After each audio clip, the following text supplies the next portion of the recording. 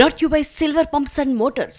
Top quality और consistent performance के लिए सिर्फ सिल्वर पंप्स नाम याद रखना. ఉమ్మడి వరంగల్ జిల్లాలో మిస్ వరల్డ్ పోటీదారుల పర్యటన సందర్భంగా హైవే పక్కన ఉన్న ఇళ్లని షాపుల్ని కూల్చివేయడం ఉద్రిక్తతలకు దారితీసింది.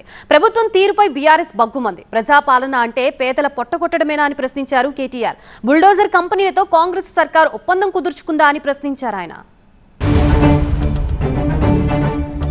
ఉమ్మడి వరంగల్ జిల్లాలో 55 మంది మిస్ వరల్డ్ పోటీదారులు పర్యటించారు. 1000 స్తంభాల దేవాలయం, ఖిల్లా వరంగల్, రామప్ప ఆలయాన్ని సందర్శించారు. ఇంతవరకు బాగానే ఉన్నప్పటికీ వీరి రాకకు ముందు ప్రభుత్వం చేపట్టిన చర్యపై విపక్షాలు మండిపడుతున్నాయి.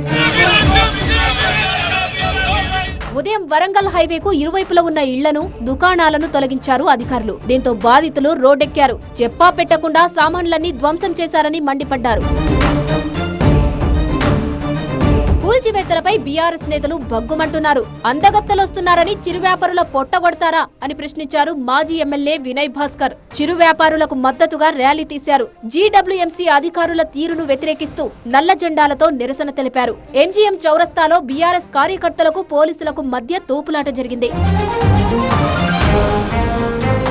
అందగత్తెలొస్తే పేదల ఇళ్లు, దుకాణాలు కూలుస్తారా అని ప్రశ్నించారు BRS working president KTR. Congress ప్రభుత్వం బుల్డోజర్లతో పేదల ఇళ్లను కూల్చుతుందని మండిపడ్డారు కేటీఆర్. ట్విట్టర్ లో కాంగ్రెస్ అగ్రనేత రాహుల్ గాంధీని ట్యాగ్ చేసిన కేటీఆర్, మీ ప్రభుత్వం బుల్డోజర్ల కంపెనీలతో రహస్య ఒప్పందం ఏమైనా చేసుకుందా అని ప్రశ్నించారు.